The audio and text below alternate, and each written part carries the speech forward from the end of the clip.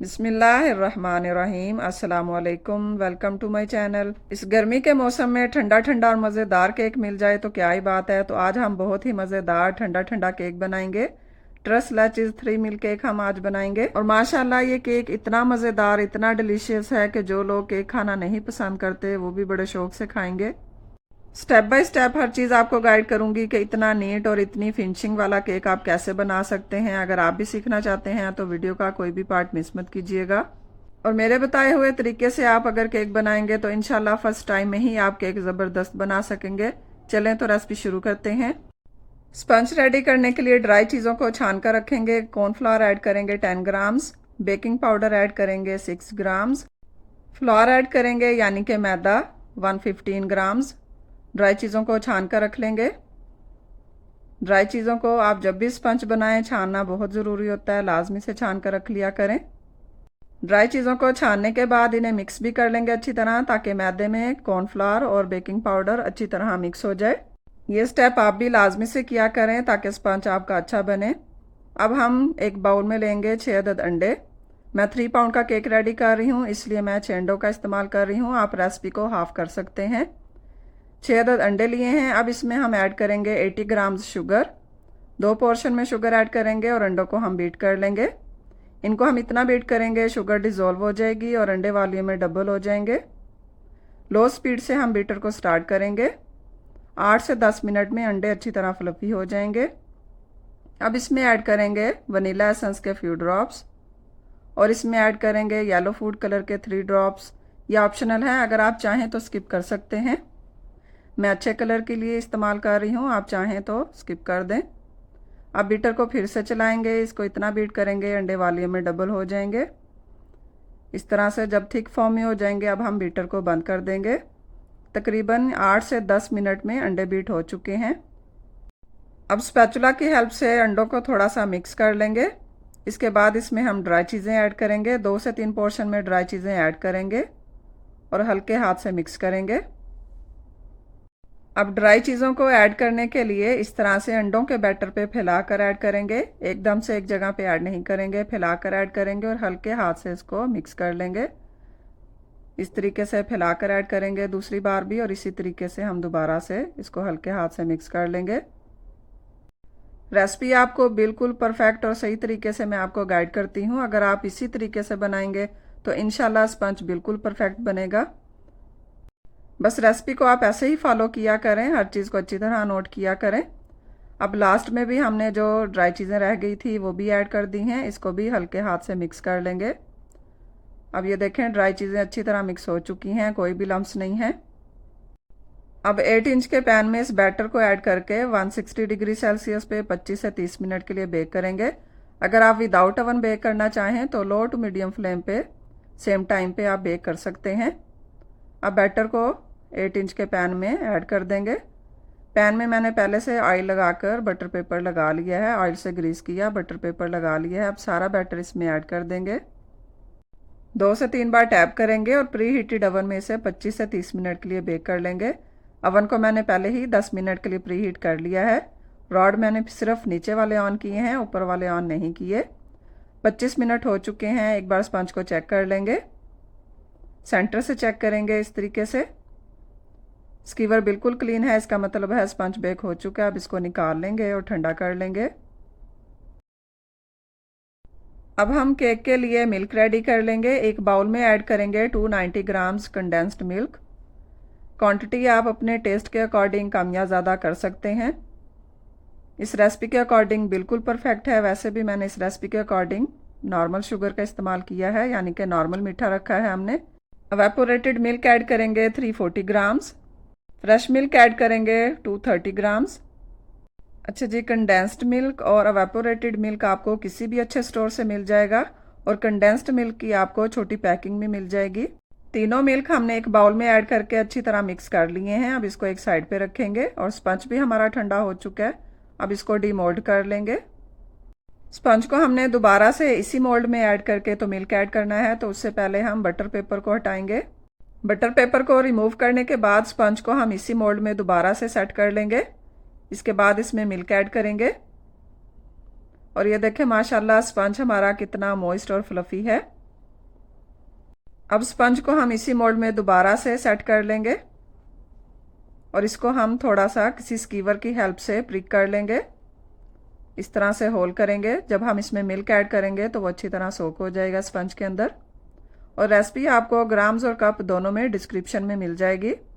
Description आप check कर लिया करें।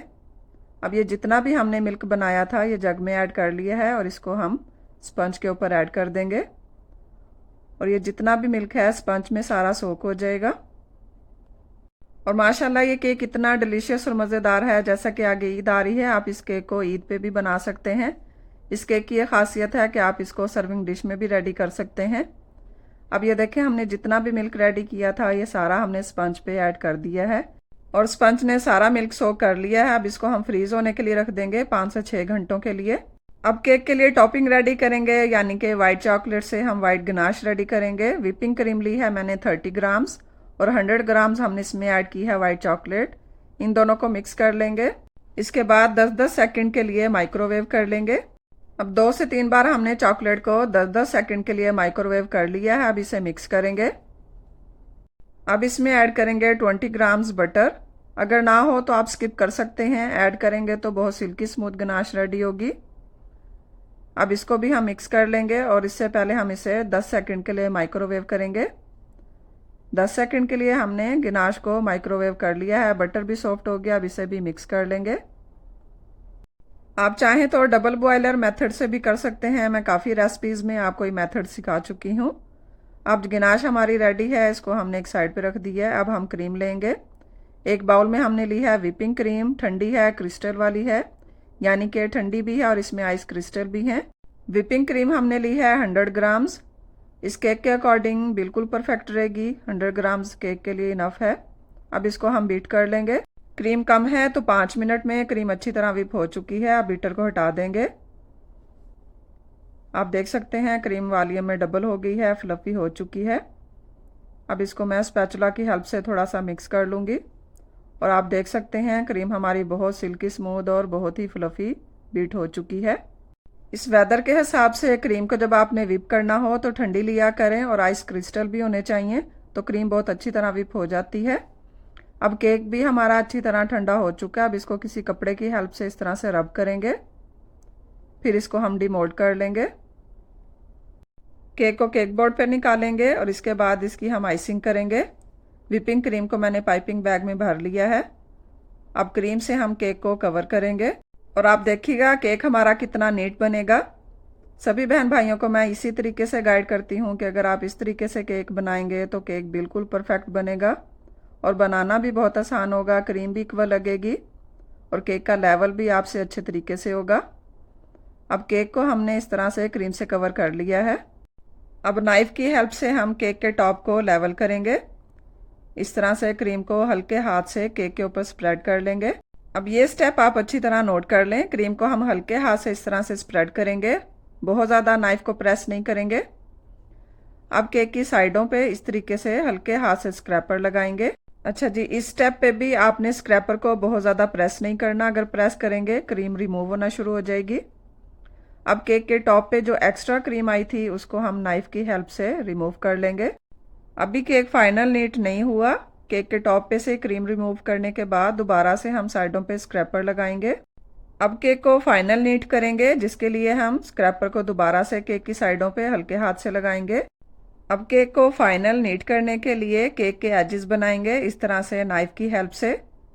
केक के टॉप पर एक्स्ट्रा क्रीम को हम हल्के हाथ से रिमूव करेंगे। बहुत ही प्यारे एजेस बनेंगे इस तरीके से अगर हम नाइफ को हल्के हाथ से लगाएंगे। तो देखें कितना नीट हमारा केक रेडी हो चुका है। अब केक पे हम बॉर्डर बनाएंगे।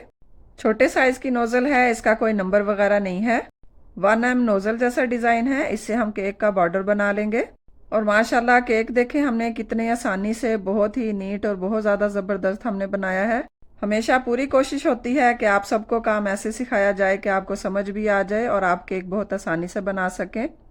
तो रेसिपी को आप पूरा देखा करें, हर चीज़ को नोट किया करें। इंशाल्लाह आप भी केक बिल्कुल परफेक्ट और बहुत नीट बनाएंगे। केक के लिए वाइट गिनाश जो हमने बना के रखी थी पाइपिंग बैग में भर ली है। अब इस तरीके से केक पर ऐड कर लेंगे। थोड़ी सी ड्रिपिंग करेंगे, बाद में गिनाश पूरी तरह से केक की चारों तरफ स्प्रेड हो जाएगी। केक के टॉप पे जो डिज़ाइन बनाएंगे वो भी अच्छी तरह से केक के साइडों पे सेट हो जाएगा, इसलिए हमने थोड़ी सी ड्रिपिंग की है। केक के टॉप पे भी हमने गनाश को पोर कर लिया है। अब इसे लेवल कर लेंगे। अब हम केक के ऊपर चॉकलेट से लाइनिंग करेंगे। ये भी मेरे पास है डार्क चॉकलेट गनाश। इसी तरीके से हमने बनाया है जैसे हमने वाइट चॉकलेट को रेडी किया है। केक पे इस तरह से लाइनिंग बनाने के बाद फिर बहुत प्यारा डिज़ाइन बनाएंगे। आप चाहें तो अपने हिसाब से भी डेकोरेट कर सकते हैं, लेकिन ये बहुत सिंपल और आसान सी डेकोरेशन है। अब किसी स्कीवर या टूथपिक की हेल्प से इस तरह से लाइनिंग को हम इस तरह से डिज़ाइन कर देंगे। देखने वाले सभी बहन भाइयों से गुजारिश करूंगी, अगर आपने चैनल को सब्सक्राइब नहीं किया तो जल्दी से सब्सक्राइब कर लें।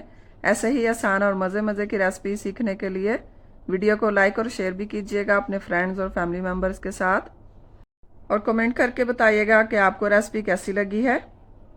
और इस ईद पे आप इस केक को ज़रूर ट्राई कीजिएगा। मैंने आपको जैसे पहले भी गाइड किया है, आप इस केक को सर्विंग डिश में भी बना सकते हैं। और ये देखें माशाल्लाह बहुत ही मज़ेदार केक हमने सिंपल से तरीके से रेडी किया है। ये है हमारे केक की फाइनल लुक, बहुत ही डिलीशियस, बहुत ज़्यादा मज़ेदार। आप इस केक को ज़रूर ट्राई कीजिएगा। चैनल को सब्सक्राइब कर लीजिए, बेल आइकन को भी प्रेस कर लीजिएगा ताकि नई रेसिपी का नोटिफिकेशन आपको मिल सके। देखने वाले सभी बहन भाइयों का बहुत शुक्रिया। मुझे दुआओं में याद रखिएगा। इंशाल्लाह फिर मिलते हैं एक नई रेसिपी के साथ। अल्लाह हाफिज़।